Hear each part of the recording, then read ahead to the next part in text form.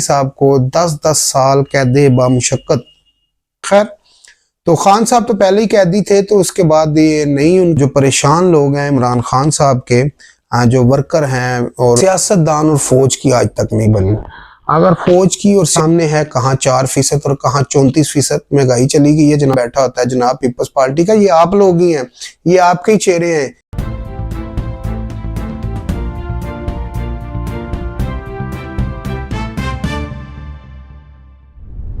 अस्सलाम वालेकुम नाज़रीन, JTV के प्लेटफॉर्म से मैं हूं सुल्तान और आप देख रहे हैं मेरा डिजिटल चैनल। नाज़रीन, जैसा कि आपको मालूम है, हर रोज एक नई खबर के साथ हम आपकी खिदमत में हाजिर होते हैं। और नाज़रीन, आज की जो खबर है पूरे मुल्क पाकिस्तान को जैसा कि पता तो चल चुका है, जो आज की सबसे बड़ी खबर है वह जनाब इमरान खान साहब के हवाले से साइफर में उनको 10 साल की कैद बामुशक्कत हो चुकी है।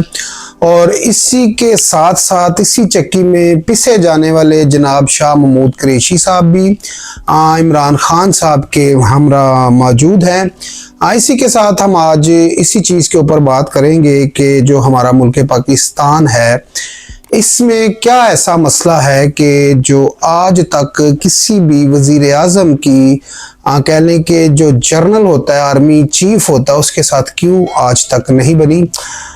और दूसरा हम बात करेंगे जनाब सियासत के हवाले से। जिस तरह कि आपको मालूम है 8 फरवरी भी सर पे पहुंच चुकी है, चंद ही रोज़ अब बाकी हैं। और इसके हवाले से अगर आज बात की जाए तो बाकी अब रह लें कि बाकी जो अब सियासत में जो बात बचती है पीछे, वो है बिलावल साहब और बिलावल भुट्टो साहब। जैसा कि आपको मालूम है काफ़ी ताबड़तोड़ हमले कर रहे हैं मुस्लिम लीग नून के ऊपर, और फिलहाल कोई ख़ास उसका जवाब नहीं दिया जा रहा मुस्लिम लीग नून की जानिब से। इसी के साथ अपनी कह लें कि आज की जो खबर है उसकी तरफ बढ़ेंगे।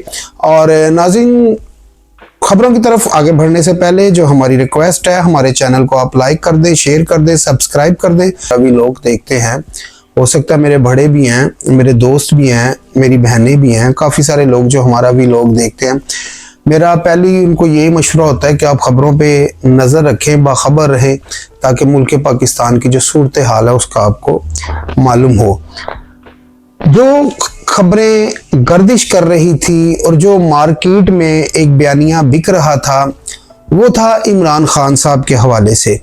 अब इमरान खान साहब को तो खैर बहुत सारे लोगों ने बेचा ही, बहुत सारे यूट्यूबरों ने बेचा, बहुत सारे चैनलों ने इमरान खान साहब को बेचा और उनके नाम को बेचा है। क्योंकि अगर सोशल मीडिया पर देखा जाए तो इमरान खान साहब एक ऐसी शख्सियत बन चुके थे कि जिनकी इतनी पॉपुलैरिटी थी कि कोई भी यूट्यूब पर उनका नाम बेच के अच्छा खासा रुपया पैसा कमा रहा था।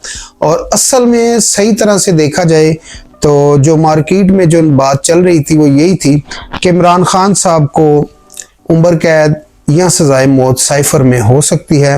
और आज जैसा कि आपको मालूम है कि साइफर के हवाले से अगर बात करते हैं तो इमरान खान साहब को और शाह महमूद कुरैशी साहब को 10-10 साल कैद बामुशक्कत सुना दी गई है। जबकि इसमें कह लें कि इमरान खान साहब ने, शाह महमूद कुरैशी साहब ने इस केस को लटकाने की काफ़ी कोशिश की, वो भी हम आपसे शेयर करते हैं। अच्छा, इसको लटकाया क्यों जा रहा था जनाब? इसको इसलिए लटकाया जा रहा था कि शाह महमूद कुरैशी साहब ने भी इलेक्शन लड़ना था, इमरान खान साहब भी जो कागजात नामजदगी है वो भी जमा करा चुके थे, वो भी इलेक्शन लड़ना चाह रहे थे। तो अगर इनको अब कह लें कि इनके ऊपर अब इनको सज़ा हो चुकी है तो अब ये इलेक्शन नहीं लड़ सकते। तो खान साहब की अगर हम बात करते हैं तो खान साहब के ऊपर तो पहले भी कैदी नंबर 804 लगा हुआ था। और 804 का मकसद ये है, जो कैदी होता है, जो जिसको सजा हो जाती है वो कैदी होता है। और खान साहब तो पहले ही कैदी थे, कैदी नंबर 804 था। और जब आप जेल में जाते हैं, अल्लाह माफ़ करे आप जेल में जाएं, मेरी दुआ है आप सब के लिए, खान साहब के लिए भी दुआ है कि अल्लाह पाक उनको भी इस मुसीबत से निकाले। तो वजह यह है कि जब कोई इंसान जेल में जाता है जुर्म करके, तो उसका क्या होता है कि वो जब तक उसको सज़ा नहीं होती तो वो हवालाती होता है, हवालात में मतलब वो बंद होता है। तो जब अदालत की तरफ से फैसला आ जाता है उसके जुर्मों का, तो फिर वो कैदी हो जाता है, फिर उसको एक यूनिफॉर्म मिल जाता है। जिस तरह की हमारी जो पाकिस्तान की जेल है, खाकी रंग का जनाब इसका एक कलर होता है कैदियों की, जो कह लें कि वर्दी होती है, कैदियों का भी लिबास है ना। तो जिस तरह आपने देखा होगा कि मौलाना फजल रहमान साहब जो हैं, तो इनके जो सिपाही आपने अमूमन जलसों जुलूसों में देखा होगा, उनने खाकी से रंग का एक ड्रेस पहना होता है और वो एक खद्दर होती है स्पेशल किस्म की। तो वो ही जो सूट होता है वो कैदियों को दिया जाता है और उसी कलर का कैदियों ने कपड़े पहनने होते हैं। खैर, तो खान साहब तो पहले ही कैदी थे, तो उसके बाद ये नहीं उनके ऊपर कह लें कि एक 10 साल की उनको कैदे बामुशक्कत मिल गई है। और अब देखते हैं क्या मतलब वही नंबर रहेगा खान साहब का, कैदी 804, या नंबर चेंज होता है, ये तो आने वाले दिनों में पता चलेगा। ये जो आज केस था ये था साइफर के हवाले से, और साइफर में खान साहब ने सिर्फ इसीलिए लटकाने की बात की कि वो इलेक्शन लड़ना चाह रहे थे, लेकिन वो अब इलेक्शन नहीं लड़ सकते। शाह महमूद कुरैशी साहब को काफ़ी सारे कह लें कि मौके मिले कि वो जो है कि इमरान खान साहब का साथ छोड़ दे, प्रेस कॉन्फ्रेंस करें, तो उनको कह लें कि रिलीफ मिल सकता था। लेकिन यहाँ पर मसला ये है, शाह महमूद कुरैशी साहब का इमरान खान साहब के साथ चिपक के जो रहने का उनका मकसद है शाह महमूद कुरैशी का, ये काफ़ी सारे जो लोग हैं उनको मालूम होगा। फिर अगर देखा जाए तो चौधरी परवेज इलाही क्यों चिपका हुआ है, मोनस इलाही क्यों चिपका हुआ है, ये भी एक इनका मकसद है। ये मकसद भी मैं आपसे शेयर करता हूँ। असल में वजह यह है कि जो सियासतदान हैं वो ये समझते हैं कि जिस तरह इमरान खान साहब की पॉपुलैरिटी है, इस तरह फिलहाल किसी की पॉपुलैरिटी नहीं है।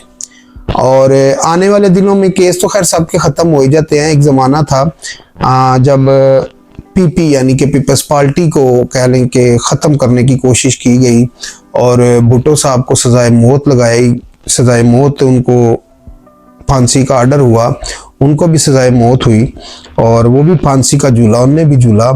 फिर पार्टी को जगाया आके मुहतरमा बेनज़ीर भुट्टो ने, और उसके बाद कह लें कि मुहतरमा बेनज़ीर भुट्टो ने काफ़ी अरसा इस पार्टी को ज़िंदा रखा। फिर उनका रावलपिंडी मरी रोड लियाकत बाग में उनके ऊपर एक जानलेवा हमला हुआ और उसमें वो जान बहक होगी बेनज़ीर साहबा।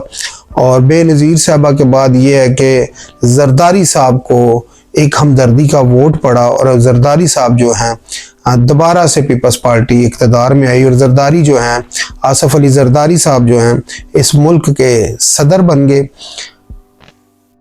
फिर जनाब नवाज शरीफ साहब को 3 दफ़ा, ये मैं उनके लिए बात कर रहा हूँ जो आज लोग परेशान हैं इमरान खान साहब के हवाले से, तो हौसला रखें, कुछ नहीं होता, बेहतर होगा सब। नवाज शरीफ साहब को 3 दफ़ा इक़्तिदार से उतारा गया, तीनों दफ़ा उनके ऊपर केस बनाए गए, तीनों दफ़ा उनको जेलों में डाला गया, मुख्तलिफ तरह के उनके ऊपर केसेस बने। अच्छा, ये जो केसेस बने खाली इमरान खान साहब के ऊपर नहीं बने, ये भुट्टो साहब पे, नवाज शरीफ साहब पे 3 दफ़ा बने।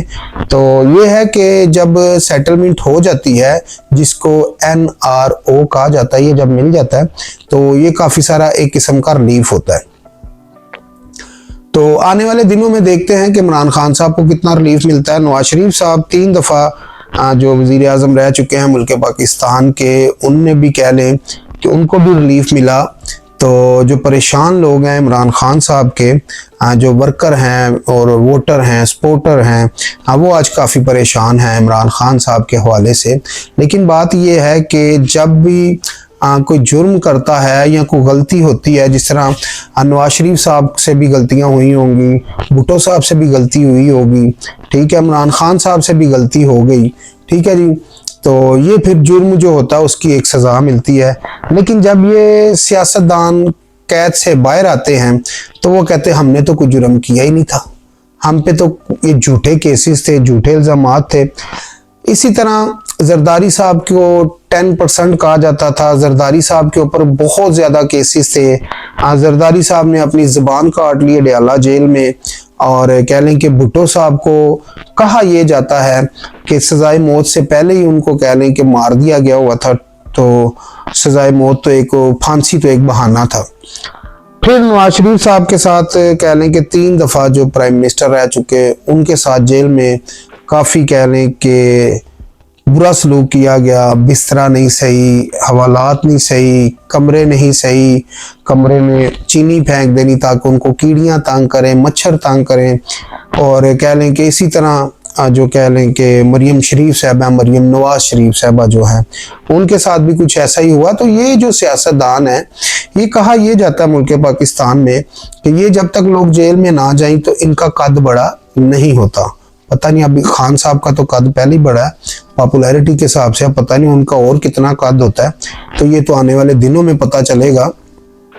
लेकिन अब ये कहा जा रहा है कि जो भुट्टो साहब के साथ हुआ वो भी गलत हुआ, जो नवाज शरीफ साहब के साथ 3 दफा हुआ वो भी गलत हुआ। अब ये कहा जा रहा है कि जो इमरान खान साहब के साथ आज हुआ वो भी गलत हुआ। मसला यहाँ पर ये है, ये सब लोग तो कह देते हैं गलत हुआ, लेकिन मसला यहाँ पर ये है जो अदालतें हैं, जो अदारे हैं और जो स्टैब्लिशमेंट है हमारी, तो स्टैब्लिशमेंट, मैंने कल भी आपको ये कहा था कि ये मुल्क किन के सर पे खड़ा है जी, जनाब आर्मी वालों के सर पे। उसकी वजह यह है कि बॉर्डरों पे, मैंने कल के व्लॉग में यही कहा था, कभी आज तक सियासतदान शहीद नहीं हुआ, जब भी होता है एक फौजी शहीद होता है। लेकिन ये भी कहा जाता है कि जो बॉर्डर है इसको फौज ही संभाल सकती है, सियासतदान बॉर्डर नहीं संभाल सकते, और जो मुल्क है उसको सियासतदान संभाल सकते हैं, फौजी नहीं संभाल सकते।